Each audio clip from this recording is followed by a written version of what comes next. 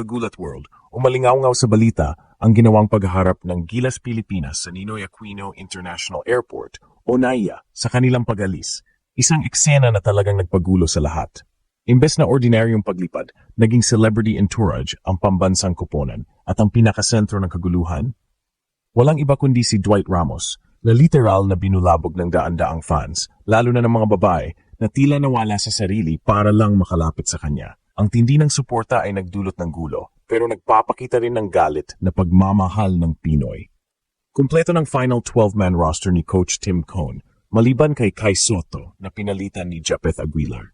Ang nakakagulat pa, Kagulat World, ay ang biglaang paglalaro ni Calvin Oftana habang tahimik na tinanggal sina Troy Rosario at RJ Abarrientos.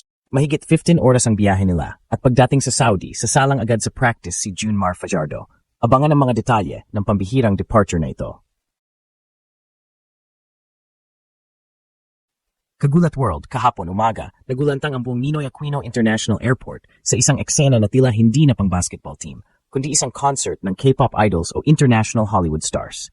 Habang paparating ang Gilas Pilipinas para sa kanilang flight patungong Saudi Arabia para sa FIBA Asia Cup, ang inaasahang tahimik at profesional na pag-alis ay naging isang ganap na kaguluhan, isang paghaharap ng mga nagbubunying fans na walang kapares. Naging viral agad sa social media ang bawat anggulo ng nangyari at ang damdamin ng mga nakasaksi. Pure shock at amazement. Pero Kagulat World, sino ba ang pinakasentro ng bagyo? Walang iba kundi ang ating pambansang hinaharap, si Dwight Ramos. Sa sandaling bumaba siya mula sa bus, tila may invisible magnet na humila sa dandaang tao. Binulabog siya. Literal na binulabog. Ang mga fans, partikular na ang mga kababaihan, ay nagtulakan, nagsigawan at tila nawala ng kontrol sa sarili para lang masilayan, mahawakan o makakuha ng selfie sa kanya. Ang mga eksenang ito ay nagpakita ng isang level ng fanaticism na bibihira nating makita, lalo na para sa isang basketball player. May mga sumisigaw ng kanyang pangalan, mayroong halos mayak sa tuwa, at may mga nagpupumilit na makalapit kahit sandali lang. Ang security staff mismo ay nahirapan sa pagkontrol sa dami ng tao na nagpapakita ng overwhelming na suporta na halos umabot sa chaos. Hindi ito normal, Kagulat World, at talagang nagpapakita kung gaano kamahal ng Pilipino ang Gilas at ang kanilang mga bituin. Ang airport lobby ay naging isang malagig na venue at si Dwight ang headliner. Ang buong Gilas team ay tila naging isang celebrity entourage na may security na nagtutulak-tulak para lamang makalusot sa dami ng tao. Ang bawat player, mula sa veterans hanggang sa mga bagong mukha, ay nakatanggap ng kanilang bahagi ng hiyawan at palakpakan. Ngunit walang makakapantay sa hysteria na hatid ni Dwight Ramos. Ang ganitong level ng pagmamahal ay nakakagulat at minsan ay nakakabahala, ngunit ito rin ang nagpapatunay sa tindi ng koneksyon ng Pilipino sa kanilang pambansang koponan. Nagbigay ito ng malaking moral boost sa mga player na tila na-energize sa bawat hiyawan bago sila sumabak sa kanilang mahabang biyahe at seryosong kompetisyon. Ang tanong ngayon, Kagulat World, handa na ba ang mundo sa Gilas matapos makita ang ganitong klaseng suporta mula sa likuran nila? Abangan! Kagulat World, habang nagkakagulo sa mga fans, mayroon ding mga nakakagulat at emosyonal na desisyon sa Litong Gilas Pilipinas roster na dapat nating bisisiin. Kinumpirma ni Coach Tim Cone ang final 12-man lineup na lalaban sa FIBA Asia Cup. Ngunit ang pagbuo nito ay puno ng drama at mga sorpresa na tiyak na magpapataas ng kilay ng marami. Sino ang tahimik na iniwan? At sino ang biglang pumasok sa huling sandali, Kagulat World, na bumaliktad sa lahat ng inaasahan? Ang pinakamalaking usapan ay ang pagkawala ni Kai Soto sa lineup. Isang desisyon na gumulat sa marami dahil sa kanyang laki at potensyal na maging game changer. Bakit siya nawala? Ang tanong na ito ay bumabagabag sa isipan ng mga fans. Sa halip na si Soto, pumasok ang veteranong si Japeth Aguilar na nagdadala ng karanasan at depensa. May ilang nagtatanong kung ito ba ang tamang kapalit, lalo na't inaasahan na si Soto ang magiging future ng Gilas. Ang pagbabagong ito ay nagdulot ng mga katanungan. Mayroon bang hindi sinasabi? Mayroon bang internal na issue na hindi natin alam? O ito ba ay isang matinding taktika ni Coach Cone na pwedeng maging henyo o isang malaking pagkakamali? Ang mga ganitong klase ng desisyon ay palaging nagdudulot ng debate at espekulasyon at ito'y tiyak na magiging mainit na usapan sa mga susunod na araw. Pero Kagulat World, hindi lang iyan ang nakakagulat. Dumating ang isang huling minutong twist na talaga namang bumaliktad sa lahat ng inaasahan, ang biglaang pagkakabigay ng go signal para kay Calvin Oftana upang makalaro. Sa mga nakaraang balita, tila malabo ang kanyang paglalaro, ngunit bigla siyang isinama sa roster. Ano nangyari sa likod ng kurtina? Mayroong bang last-minute negotiation? O may nagbago ba sa sitwasyon na hindi natin alam? Ang pagpasok ni Oftana ay isang sorpresa na nagpapakita na ang lineup ay maaring magbago sa huling minuto at walang sinuman ang ligtas sa mga desisyon ng coaching staff. Kasabay nito, tahimik na tinanggal sa pool sina Troy Rosario at RJ Abarrientos.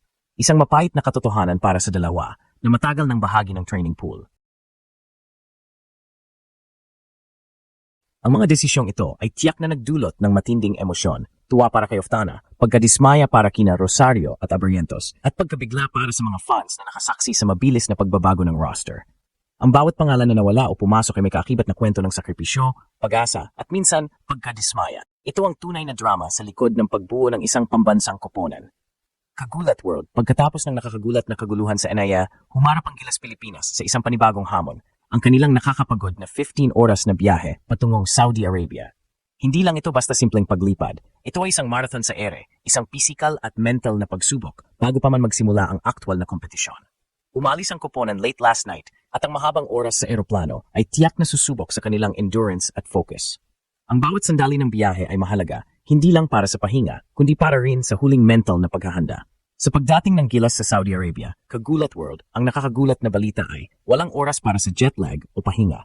Sa halip na mag-relax at mag-adjust sa bagong time zone, inaasahan agad silang sasalang sa practice. Ito ay isang matinding indikasyon ng kanilang dedikasyon at ng seryosong paghahanda ni Coach Tim Cone. Ang agarang pagpapractice pagdating ay nagpapakita na bawat minuto ay mahalaga at walang pwedeng masayang na oras.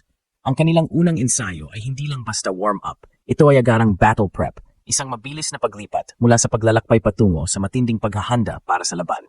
Tila walang pahinga, walang second chances, ang Gilas ay diretso sa giyera. Ang pinaka-nakakagulat na aspeto ng agarang practice na ito ay ang buong integrasyon ni Junmar Fajardo sa team. Matapos ang kanyang matagumpay na kampanya sa PBA Finals, kung saan nagpahinga siya para makarecover, ang practice session sa Saudi ang magiging kanyang unang opisyal na ensayo kasama ang buong koponan para sa FIBA Asia Cup. Ang pagbabalik ni Junmar sa koponan sa ganitong paraan, diretso sa matinding ensayo pagkatapos ng mahabang biyahe, ay nagpapakita ng kanyang kahandaan na magsakripisyo para sa bayan. Ang kanyang presensya ay magpapalakas sa frontcourt ng Gilas, lalo na sa rebounds at interior scoring. Ngunit ang tanong, Kagulat World, kakayanin kaya ng ating mga players ang ganitong bilis ng transition? Mula sa kaguluhan sa airport, sa nakakapagod na biyahe, at ngayon sa agarang ensayo.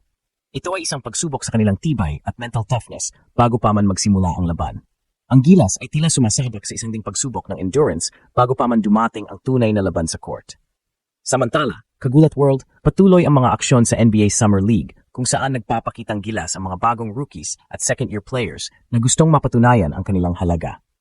Ang Summer League ay puno ng mga nakakagulat na performances kung saan ang mga hindi gaanong kilalang manlalaro ay biglang nagiging viral sensations. Bawat matagumpay na laro at magandang performance ay maaring maging daan para makakuha sila ng kontrata o makasama sa training camp ng isang NBA team na posibleng magbukas ng pinto sa kanilang pangarap na maglaro sa pinakamataas na liga ng basketball. Dito nagsisimula ang mga kwento ng pag-asa at biglaang pag-angat.